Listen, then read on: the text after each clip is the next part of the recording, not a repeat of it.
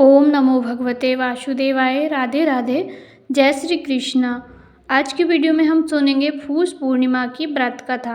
पूष पूर्णिमा पर स्नान व दान करने से शुभ फलों की प्राप्ति होती है। पूष पूर्णिमा से प्रयागराज में कल्पवास भी आरंभ हो जाता है।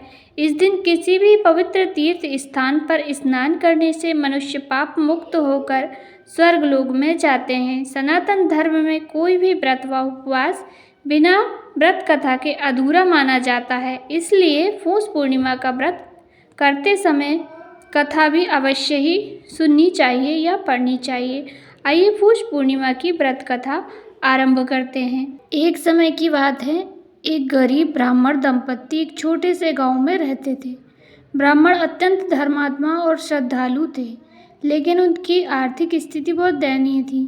ब्राह्मणी भी अत्यंत धर्मपरायण और पतिव्रता थी। वे दोनों भगवान की उपासना और पूजा अर्चना करते थे, लेकिन उनकी गरीबी खत्म नहीं हो रही थी। एक दिन ब्राह्मण ने अपने गांव के पुजारी से अपनी समस्या बताई। पुजारी ने ब्राह्मण को पूर्णिमा व्रत करने का सुझाव दिया।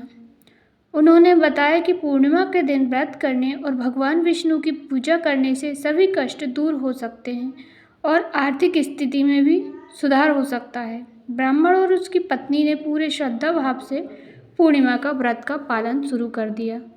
वो इस दिन उपवास रखते, स्नान कर भगवान विष्णु की पूजा करते और रात को चंद्रमा को अर्घ्य देकर ही व्रत खोलते थे। कुछ समय बाद उनके जीवन में चमत्कारिक परिवर्तन आया।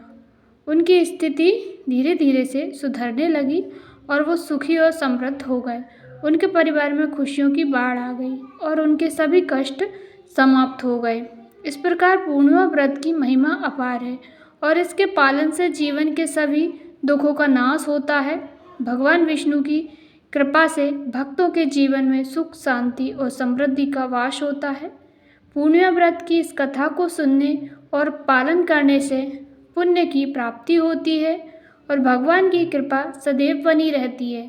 इस दिन व्रत करने से मनुष्य को मानसिक शांति, आध्यात्मिक बल और पारिवारिक सुख की प्राप्ति होती है। पूर्णिमा व्रत की दूसरी कथा। पूष पूर्णिमा की कथा अनुसार कटक में धनेश्वर नाम का एक ब्राह्मण और उसकी पत्नी रूपवती रहती थी।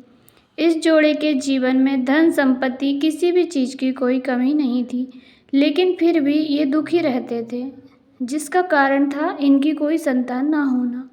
एक दिन उनके शहर में एक योगी महाराज आए। योगी ने वहाँ पर मौजूद हर घर से दान दक्षिणा मांगी, लेकिन धनेश्वर का घर छोड़ दिया।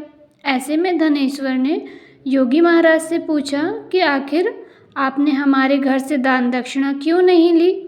जिस पर योगी ने उन्हें बताया कि हम निसंतान लोगों से दान नहीं लेते हैं। योगी महाराज की बात सुनकर धनेश्वर को बहुत बुरा लगा, लेकिन उन्होंने योगी जी का आशीर्वाद लिया और उनसे पूछा कि क्या आप हमें कोई ऐसा उपाय बता सकते हैं जिससे कि हमें संतान की प्राप्ति हो। तब योगी ने धनेश्वर को बताया कि आप चंद्रमा की पूजन करें। महाराज के कहने पर दोनों पति पत्नी ने चंद्रमा की पूजा आरंभ की, जिसके प्रभाव से उन्हें पुत्र की प्राप्ति हुई। कहा जाता है कि 32 पूर्णिमा का व्रत करने के परिणाम स्वरूप धनेश्वर पिता बन पाए। ऐसे में जो कोई व्यक्ति इस व्रत का पालन करता है, उन्हें न केवल अच्छी संतान की प्राप्ति होती है, बल्कि उसके जीवन में सदैव सुख समृद्धि भी बनी रहती है। मुख्य तौर पर यह व्रत पुत्र पुत्री और पोते पोतियों के लिए किया जाता है। इतना ही नहीं, इस व्रत को करने से व्यक्ति की सभी समस्याएं भी दूर होती हैं और सारी मनोकामनाएं पूर्ण होती हैं। सभी मिलकर बोलिए जय श्री कृष्णा। राधे राधे। ओम नमो भगवते वासुदेवाय।